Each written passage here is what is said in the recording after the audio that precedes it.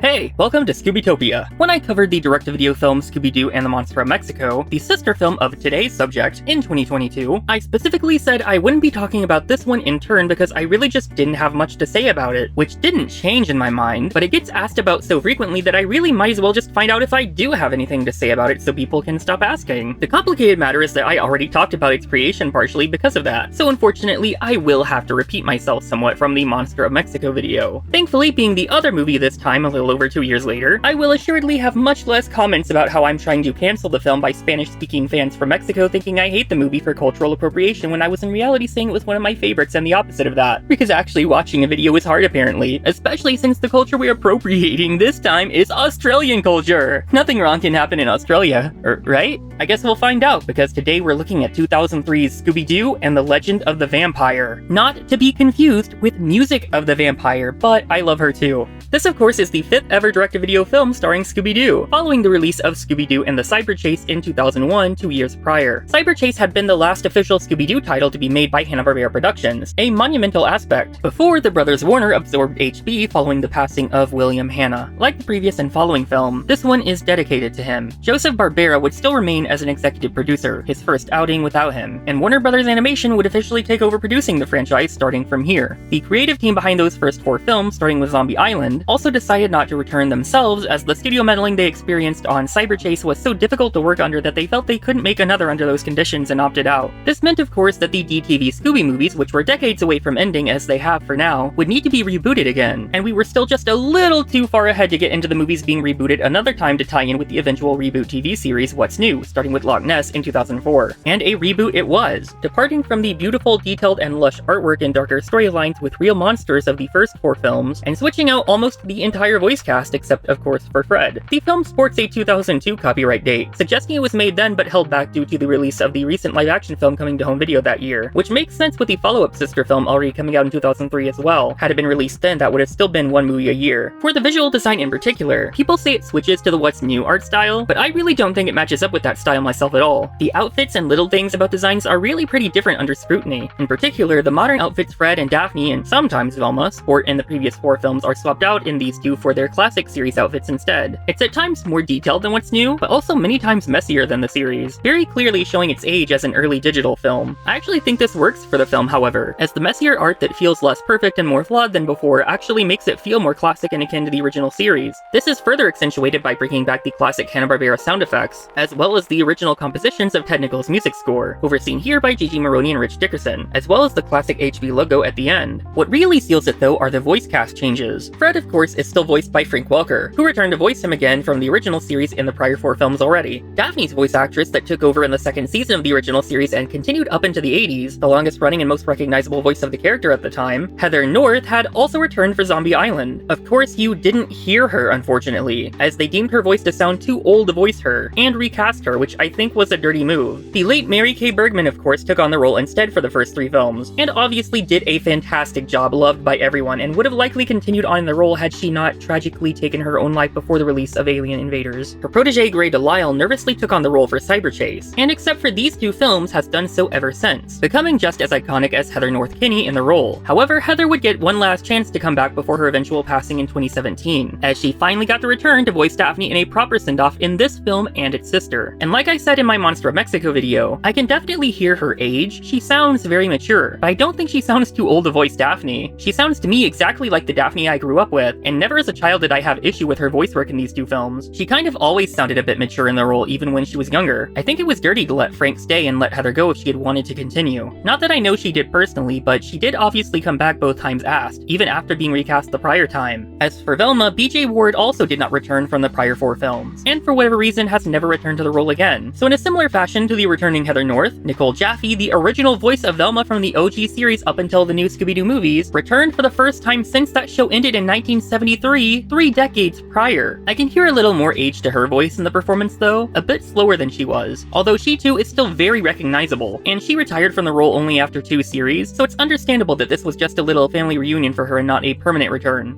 Casey Kasem, the original voice of Shaggy, had not voiced him in anything big like a movie or series since the telefilm Scooby-Doo in Arabian Nights in 1994, due to a dispute about wanting Shaggy to be portrayed as vegan like himself. So Billy West and Scott Innes respectively had voiced the role in the prior 4 films. The studio seemingly decided to just let Shaggy be vegan finally and it wouldn't be the end of the world, in the interest of Kasem getting to return with the others again for these 2 films, which was an excellent choice. Though as I also said before, his voice has easily aged the most by this point, at times distractingly so. Of course, with him being willing and still able now, Kasem would stay on in the role after this until his retirement from it around 6 years later. Sadly, Scooby's original voice actor Don Messick had passed away already in 1997, so Scoob remains the only character without his legacy voice returning. And instead of bringing back Scott Innes, who had voiced him in the prior 4 films as well as Shaggy in the prior 3, probably because he didn't want to move to the area and make it easier to bring him in, instead taking on the role was Fred himself, Frank Welker. Frank had been approached with the idea before, but he felt uncomfortable doing so soon after the loss of his friend Don Messick and turned it down. However, now offered again, he changed his mind and has since been the sole voice of Scooby ever since, and we love him for it. One thing would still carry over from one of the 4 prior films though, which was one bit of character continuity, and I'm sure you might already know what that is. Breakout stars of Scooby-Doo and the Witch's Ghost, the fictional band of the Hex Girls would return again with their original voice actors to meet the gang a second time here. Although one big change has to be discussed. I have to wonder if it happened from switching studios, lack of communication during production, or somehow intentional, which would probably be worse. Keyboardist, bass player, and backup singer Luna is black in her original appearance, having clearly darker skin than her 2 fellow band members, and with a black voice actress in the lovely and talented Kimberly Brooks. In subsequent appearances like Mystery Incorporated or Guess Who, she likewise is very clearly black, with a much darker skin tone than the other 2. This isn't arguable, it's just a fact, especially if you have eyes. And then you have Luna in this movie and the What's New appearance. Suddenly, Luna gets very weirdly whitewashed, looking about as pale as her bandmates, not at all like the contrast in Witch's Ghost just a handful of years before, something the more recent appearances have thankfully fixed obviously, but this particular film permanently stands out as a weird anomaly, and I have to really hope the production team somehow just didn't realize Luna is not supposed to be a white girl and an awkward mix-up happened here. A very big one, because she definitely is in this movie. I'm taking one for the team and bringing this up because I already got cancelled this year and told the worst things possible already. Nothing can touch me after that, and anyone mad would be someone the Hex Girls would hate anyway. She might not have the darkest complexion in Witch's Ghost, but the intent of her having noticeably darker skin and who they cast as her make the clear statement that this movie's Luna was not the intended look for her. I feel like if they did this to her now, instead of some direct-to-video film in 2003, this would not as easily fly by with fans of the band. Speaking of recent appearances, I must again bring up the tragic cancellation of the film Scooby-Doo and the Haunted High-Rise, which would have featured the band again, as well as a return to Oak Haven in early flashbacks, and had all new original songs that were already recorded and finished alongside all of the voice work. The film would have been a similar sister film to Trick or Treat Scooby-Doo in the similar art style, meant to be made back-to-back like this one and its sister, but got cancelled just before going into animation. By all accounts, it would have been amazing, and given the massive popularity of this fictional band, it's kind of insane to cancel a movie that could have been a huge hit if they promoted a new film with new music by them, especially if they went for that ego-goth queer that shops at Hot Topic and got that exclusive Funko Pop set begrudgingly even though they hate Funko Pop's crowd. The movie ironically shares a big trait with its sister film Monster of Mexico.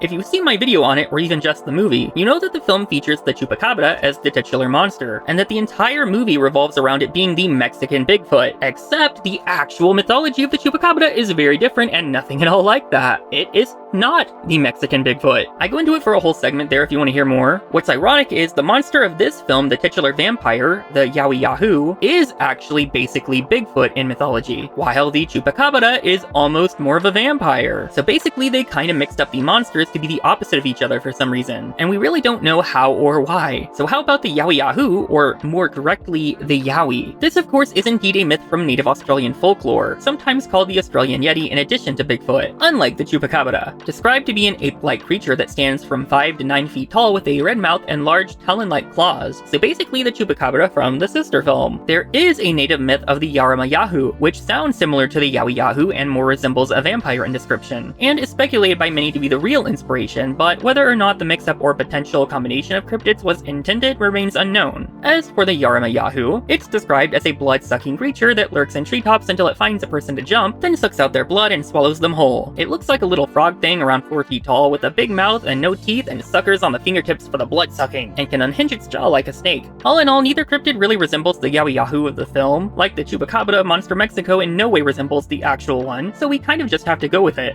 Now, how about we get around to talking about the actual film finally? This is one I remember watching on Cartoon Network a lot and being really into as a kid when it came out, and feeling like it was kind of dark ironically despite being toned down from the prior films. I was like 7 or 8 at the time. I think I recorded it to a VHS long before I even ever got my DVD copy, which these days is not watchable from how used up it is. Thankfully, the movie is on Blu-ray! Stick around for after the movie talk so I can get into the fun bonus features too, because this is the last time I'll ever get to do that, as this is the last film to be covered by me that had any fun DVD extras. Kind of sad. Okay, let's get into it.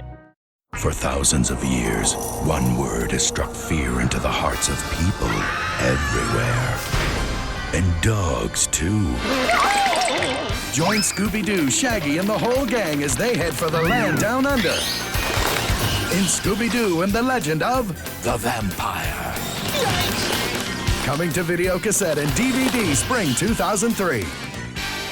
The film opens with that revamped Nichols score, taking us through some kind of basic and undetailed landscapes of Australia, really showing the early digital era age immediately for the film. We meet Daniel, voiced by Phil Lamar with a faux Aussie accent, manager of the rock band contest at the heart of the film, and his concerned grandfather Malcolm, voiced by equally faux Aussie Kevin Michael Richardson. Contest finalist Matt Marvelous is called upon to show his stuff, but the clouds open up, and in a twirl of smoke the Yowie Yahoo appears, heavily visually inspired by Fantasia's Trinabog, with his 3 flying minions who spin around until Matt is spirited away into the Yowie's hands, leaving Malcolm to say the vampire legend is true. This movie, for its credits, meanwhile, has the same quirk as Monster of Mexico, that being everything is in unironic Comic Sans font, again really adding to a lot of the thrown together and lower quality feel to a lot of the film, not unlike the original series. Which isn't to say it's either of those things, it's just a vibe, you know? Bats, mayhaps the same ones eventually used in the What's New opening, fly out of a ship, I don't know why they're on a ship, on rocky waters with classic HP Bat sound effects, as we get into a modern revamp of the classic theme song while the gang solve a mystery. They even visually recreate a lot of the visuals of the classic opening here. On the same boat the next day, they instead now relax having solved the mystery, arriving in Sydney, Australia for their vacation proper. They even had the mystery machine transported, which isn't always the case. Say Vegemite. We get some not-so-detailed art renderings of iconic locations in the area before moving on to the beach. Fred, tragically in a tank top. He's still very jealous of the guys fawning over Daphne here though, another carryover I suppose. The shark from the Scooby-Doo show's opening theme you see here also makes a cameo, scaring the beach so badly that the sexy large boob guys Daphne is serving face and body for evacuate. Meanwhile, Velma suggests exploring the Outback next, and Fred points out they can visit Vampire Rock and check out the music festival. A man named Russell, meanwhile, has a dispute with Bad Omens manager Jasper, voiced by faux Aussie Jeff Bennett, back at the festival, insisting they stick to the rules he and Daniel agreed upon about unsigned bands that can only enter once and get 3 minutes each, much to Jasper's dismay. I got things to pierce. Jasper threatens him, saying he didn't have to come back, especially after what happened to Wildwind last year. Daniel says he can't believe it's almost been a year since they disappeared, and Russell wonders if they're making a comeback as vampires, those 3 minions from last night. With no sign of Matt after a search, Daniel wonders if they really should postpone it, but Russell is against it. Back in the van, the boys play a game based on themselves, not unlike Cyber Chase, and they all just explore the sights on their journey. It's actually kind of nice to just spend some quiet time getting to see them hang out and be friends here. Absolutely insane post from Velma included. They finally make it by nightfall, seeing for themselves how unsettling Vampire Rock looks in person. On her laptop, Velma finds it's called that because locals believe the Yowie Yahoo lives there. The Yowie Yahoo? On their way to the festival, the boys have their first run-in with the Yowie, but it's gone before the others see. However, a growl leads to some dark red eyes, the gang only saved by some wild dingoes. The gang follow the sound of music and find their old friends, the Hex Girls, performing their hit song Hex Girl from Witch's Ghost. Say a few words and you lose control. I'm a Hex Girl.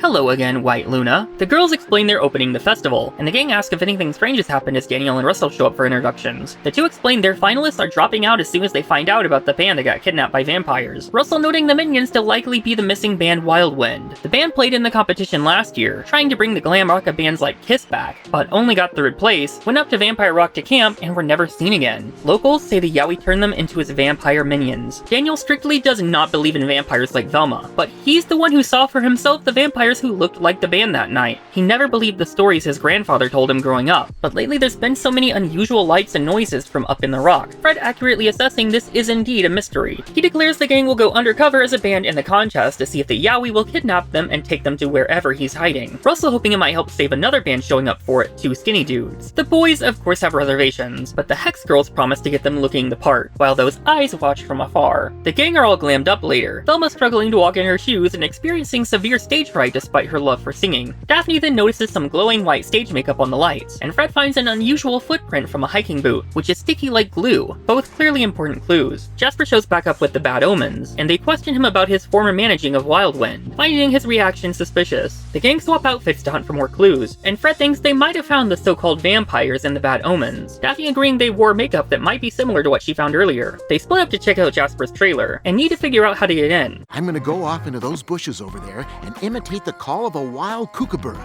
But Fred, Hold on, Velma. I'm on a roll.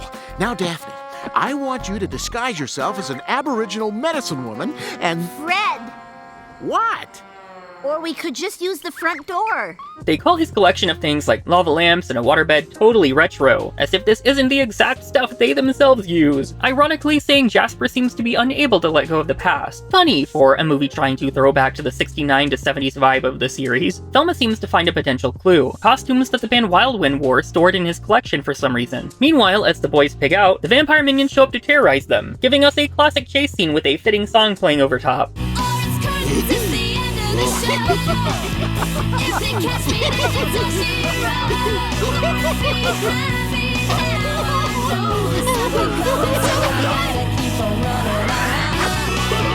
They roll through the bad omens practicing, and the Yowie appears overhead, minions floating through again as he grabs the three of them and spirits them away as well, the rest of the gang only finding smoke that smells sweet like cotton candy. This leaves Fred confused though, as they just lost their suspects. Jasper shows up saying he should have stayed instead of going back to his trailer, which Fred catches, cause they were just in his empty trailer. Fred suggests everyone camp together for safety, but Russell and the rest of the staff already went home, which leaves them and the Hex Girls remaining tonight. The boys get some Scooby snacks as a bribe to take over the first watch, and immediately get scared by some motorcycles speeding through in the night, the arrival of the two brothers who make up the band Two Skinny Dudes. Fred asks where they were if not kidnapped, and they show they went climbing the Rocky Mountains and decided to camp out there. They're now the only remaining entry in the contest except for the gang, and Jasper immediately jumps on them. As dawn approaches, the Hex Girls politely ask everyone to shut up so they can get rest, and Velma looks up vampire facts again on their way to see Daniel's grandfather, learning they grew more powerful the more people they take, and they don't show up in pictures. Malcolm is using smoke signals to communicate, noting the wood is from the red gum tree, which they use the flowers of to make honey. Scooby finds it indeed quite sticky. Malcolm takes them out and tells stories, like how Wildwind was easy prey for the Yowie, and so will be all the attendees of the festival. The only thing that can destroy vampires according to legend is sunlight, although they might also fear the dingo. Later that night, the Hex Girls open as planned, performing a new song, Hoodoo Voodoo.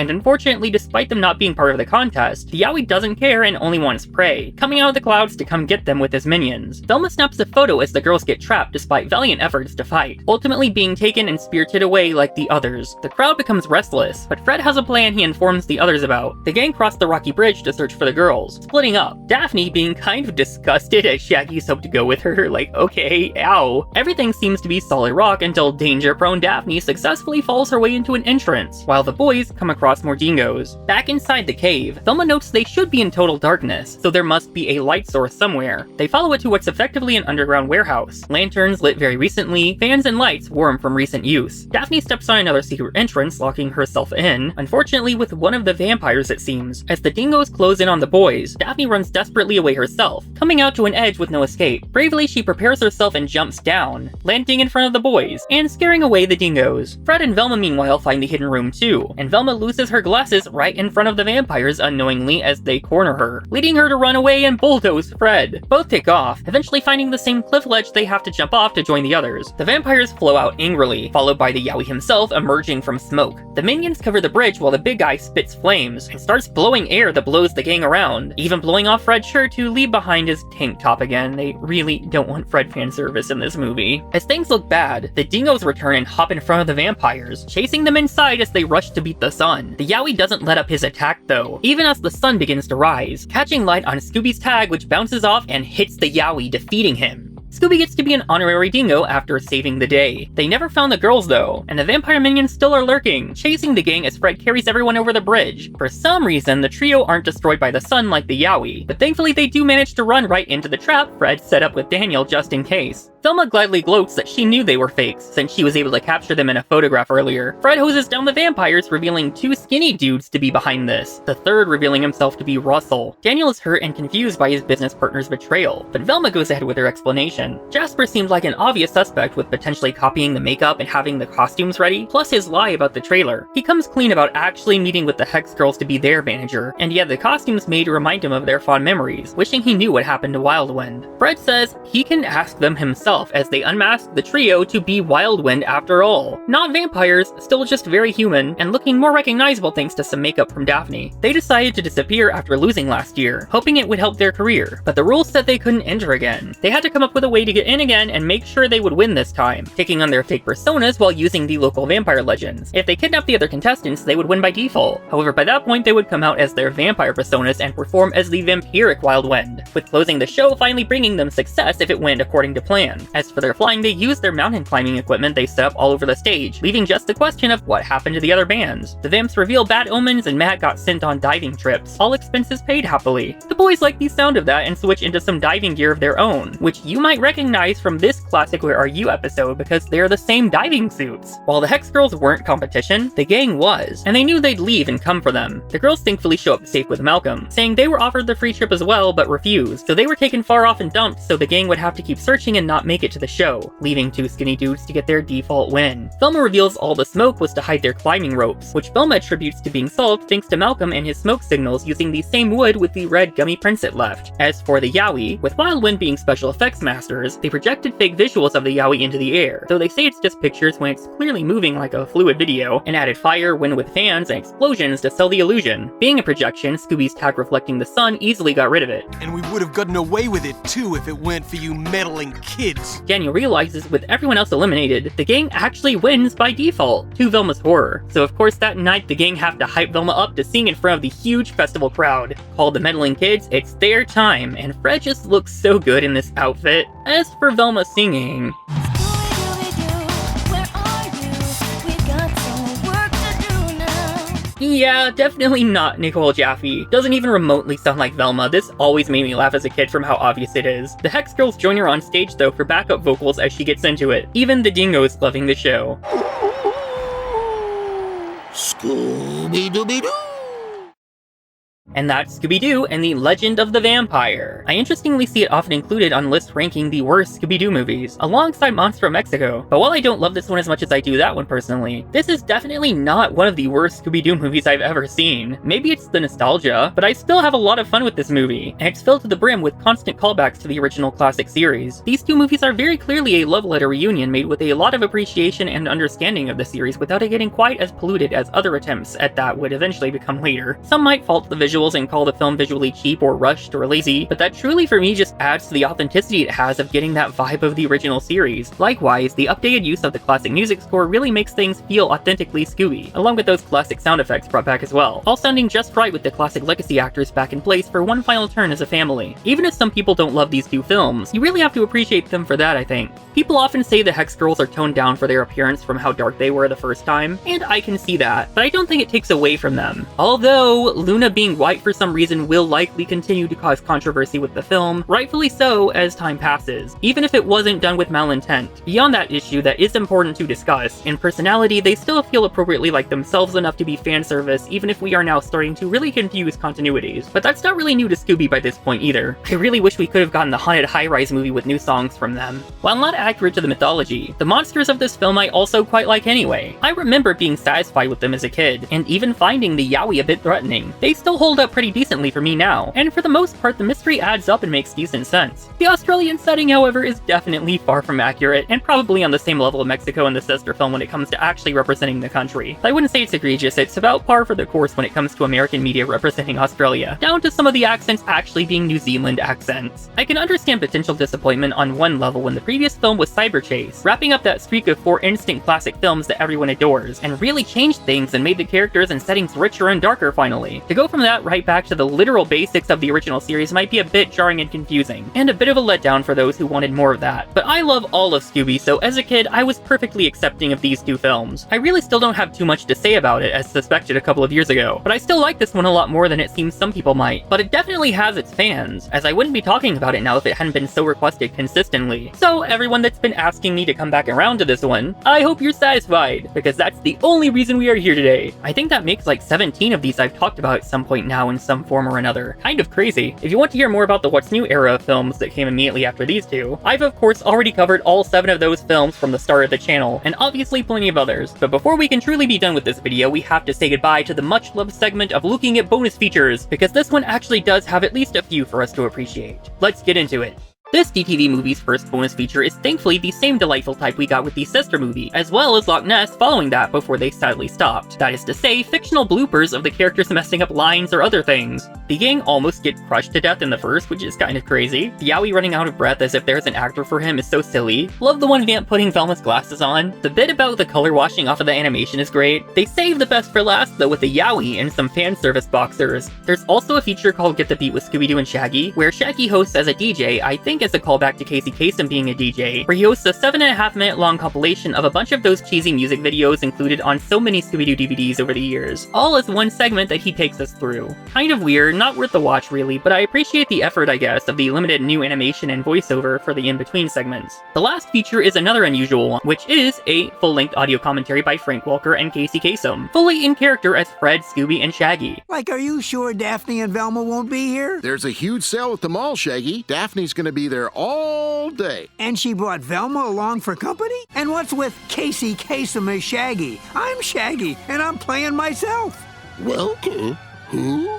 And Scooby wants to know who this Frank Welker is. Not sure if it's mostly ad-libbed or if they had some notes of things to say. I feel like they did, if not a whole script. But if that's the thing you want, it's here. I wouldn't say this is my cup of tea for bonuses, but it's a cool novelty given it's only been done for these movies twice. That's sadly about it for features though. Let's have a moment of silence to grieve for the bonuses we could have gotten for later movies.